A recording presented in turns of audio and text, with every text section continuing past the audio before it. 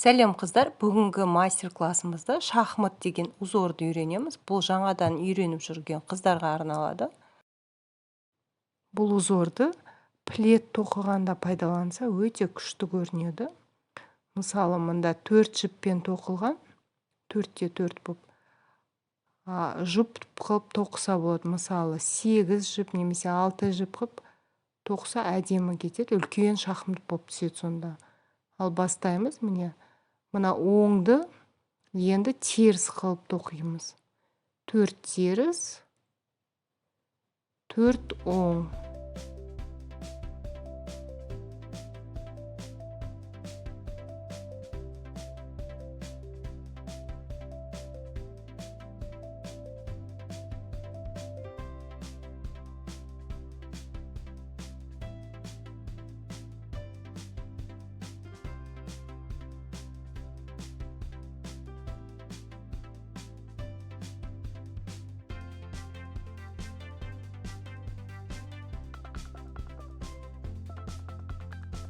Міне оң жағынан осылай болды, ал теріс жағынан узор бойынша міне оңды оң қылып тоқимыз, терісті теріс қылып тоқимыз. Солай 4 қатар тоқимыз. Ал мысалы 6 жіп болса 6 қатар тоқимыз, 8 жіп болса 8 қатар тоқылып тоқимыз. Солай шахматпен кезек-кезекпен тоқып отырамыз.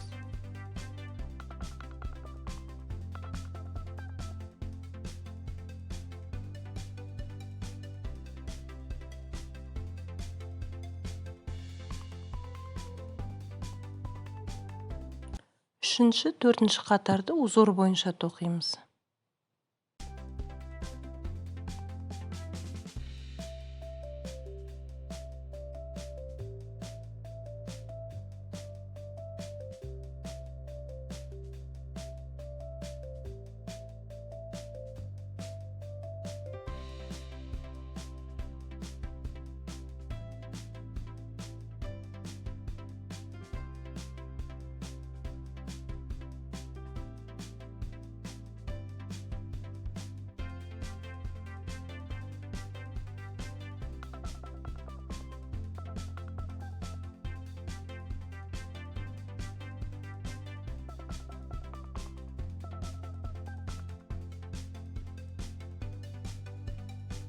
Міне 4-ші қатарымыз осылай болды.